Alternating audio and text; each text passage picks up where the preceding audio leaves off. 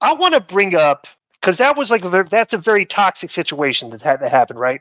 Let's fast forward today, and I want to go back and I want to parallel some situations because you probably have a good story about this. So you see what's going on in AEW right now, where the talent is not getting along, and you're hearing the stories. Punk doesn't want to work with the Elite. They fought everything on that, bro. And you hear, like, we're hearing how absurd it is, where they're like, Punk is sending the talent relations guy, Chris Daniels is being sent home, like he's like all this going on, bro. What do you consider more of a toxic situation, like having to deal with something like that, or tell the story about how you and Hunter had to deal with Sean and Austin? Oh, God. About how the absurdity of that dynamic. Tell that story, because Tony's going to pop it. Bro, I don't think, I swear to God, bro, because, bro, I got to be honest with you, and I think Conan knows this. I know you know this, Glenn. Bro, I'm not a fan of the wrestling. So I really look at the other stories that are taking place more closely, I think, than a lot of other people, because I'm not into the shows, man. I don't watch. I'm just not into that. I don't think people understand this, bro.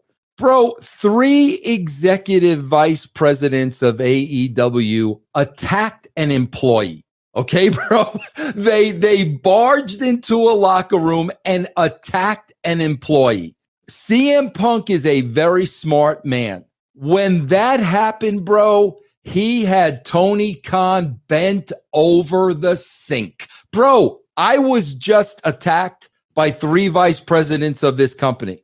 I'm suing you. I'm suing your old man. I'm suing the company. I'm suing TBS. I'm suing TNT. He had him bent over the sink. Could you imagine Tony Khan having to explain to his old man that 3 vice presidents of the company attacked an employee? Can you imagine that?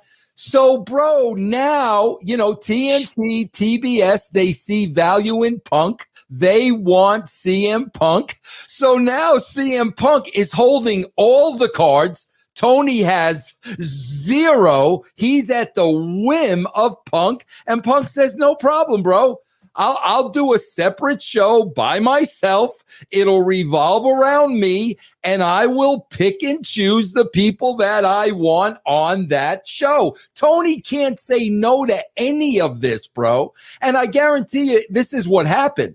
I guarantee you a Punk gave them a list of, okay, bro, these are the guys that can work on Dynamite. These are the guys I don't want anywhere near the place. And I guarantee you, Tony didn't smarten those guys up because he didn't have the to. So now you're shooting Collision, and these guys are showing up that's not on CM Punk's list. Tony Khan never told them, nah, bro, you guys can't be on this show. And now you've got all kinds of chaos. But, bro, this all started from that attack in the locker room because freaking Punk could have sued him for millions, bro. Okay, now compare that disaster situation to what happened, to how you had to deal with Sean and Austin.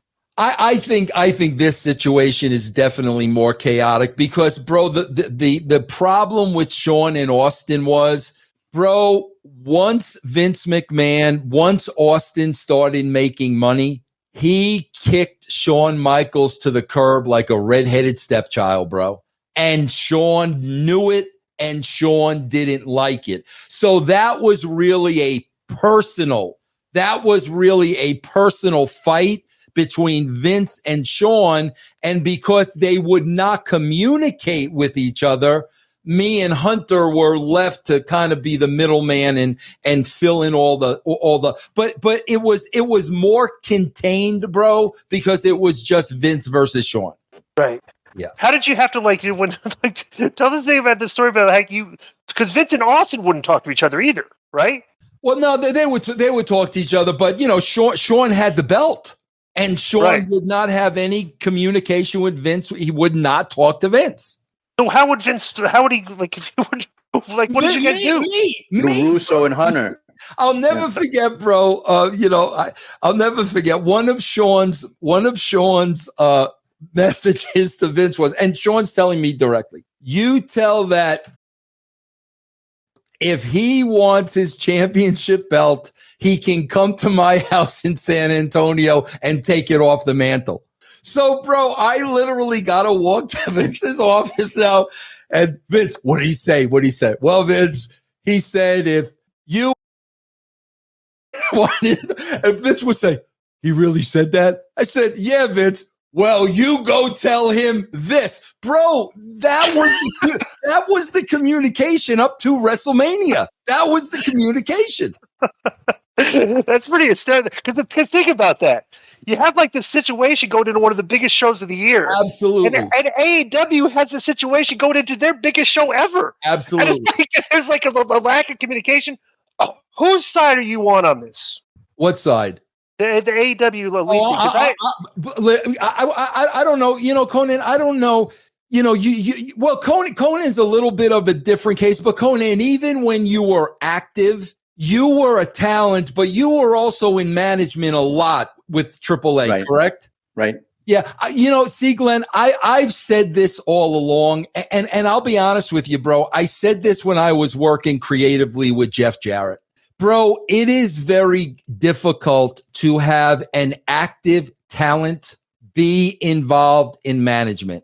And the reason being, because we all know, you know, the boys, and rightfully so, they're going to look out for themselves first. It's a dog-eat-dog world. That's the way the system was set up. So when I'm booking with Jeff, it's always about Jeff, man. We were always talking about Jeff's story first. It was always about Jeff. Bro, in this case, Tony Khan named 3 active wrestlers as executive vice presidents.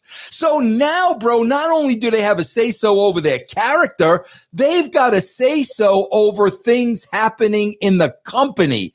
And plus, they had no experience. They had no experience doing that. So to me, that was a massive, massive error mistake that came to bite him in the, and he's been paying for that ever since. I mean, that's my feeling on that. What do you think? No, that's a viable thing. You know, I really didn't even think about that. I just think that, and worse would be if, let's just say, we're supposition here, right, Vince? So let's just say his dad was like, who's got a lot more experience. Are you sure you want to put 3 wrestlers vice presidents? What experience do they have? He's like, yeah, I'm sure. You know, it's going to be different, and I want to be with whatever. And maybe when it happened, his dad was like, yo, I told you. But maybe that conversation didn't even happen. Cody was one too. So there was I literally just saw this right at the top of my head just now. It's like, how can his dad say no? It's like, Dad, you're literally letting me be part of the management team of the Jacksonville Jaguars. You're literally letting me run the EPL Fulham. How hard can it be to run wrestling? You know, like seriously, maybe that's the conversation that they had. And Conan, you got to understand. I don't know.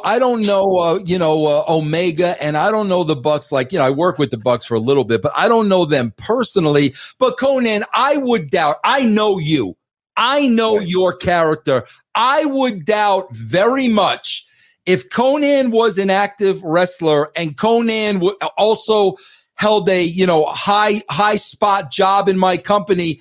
I know Conan well enough to know I don't think Conan's going to assault any other talent. I don't think I think Conan is smart enough to know that's not going to happen.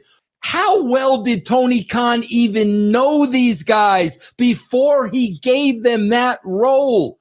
Bro, executive vice presidents of a company. Bro, that's a Linda McMahon role. How well did he know these guys? And what happened, man? They turned around, assaulted an employee, and from that point on, this is what we've got. I'm going to throw a question at you. What if maybe that was one of the perks of signing with them? You know, they're thinking about it. You know what? I'll make you EVP. You know, we take all of your travel expenses. You get these perks. You're EVP. You get your own dressing room, which they do. You know what I'm saying? I don't know. That's the thing. Yeah, but you know what, Conan? Let's you and I be honest, bro. If Tony Khan knew anything about wrestling and how the boys worked, and the etiquette of the locker room, if he knew anything about that, he would have never offered that. You know what's weird to me? Because I have worked with the Young Bucks and I have worked with Kenny Omega, and realistically, bro, what I'm about to tell you, they're among the most professional, easygoing people that I've ever worked with. If I could have a room full of Young Bucks and Omega and Rey Mysterios, that's heaven to me. But who knows, maybe what heat they had from before. Plus, let's be real. The guy in real time was insulting them in a press conference. And somebody was probably like, hey, this guy's burying you, saying you guys couldn't even be managers at Target or whatever the said, and they're probably riled up and absolutely. And then Conan, on top of that, he's at this press conference saying this stuff. Now the rest of the boys are looking at Omega and the Bucks like, what are these guys going to do about that? I mean, bro, let me give you an identical scenario. Identical scenario. When Scott Steiner was in the ring burying Kimberly, and Paige was right there in front of the boys. They're like looking at him, like it's very uncomfortable. Right. Bro, how often did Scott Steiner put the rest of the roster in uncomfortable situations by stuff he was saying on TV, right? And we're just like, it's like we work here too, like you're making it uneasy for us, right, bro? And Paige literally. It drove him to go confront that guy when he came in. He had to confront him. I imagine that Kenny Omega and the Bucks had that exact same thought process. This guy is publicly burying us in real time in front of everybody. I got to man up, right? Wow. I can't, as an executive vice president, I can't let a talent bury me like that. I'm still one of the boys too. As one of the boys, I have to step up and defend myself and defend my honor. I think that's exactly what happened. Bro, there were so many funny things to this, Vince. The first one was the guy was burying him while eating cupcakes. That's number one. You gotta put him over for that. You gotta okay. And number two, bro, I actually felt sorry for Tony because you would see Tony. Oh, I know, man. I know. He was like, bro, he was slapped here. But Conan, slapped here. Let me ask you a question. Right. Based on that scrum and what happened, would you ever be a part of another scrum again? He didn't learn his lesson, bro. Well, I wouldn't be a part of it. I might be a part of a scrum, just he wouldn't be a part of a scrum. Yeah, no that punk. Would just be. He didn't learn his lesson. He's out there every month, man. I'm like, bro, do you not understand, man? It's poor guy.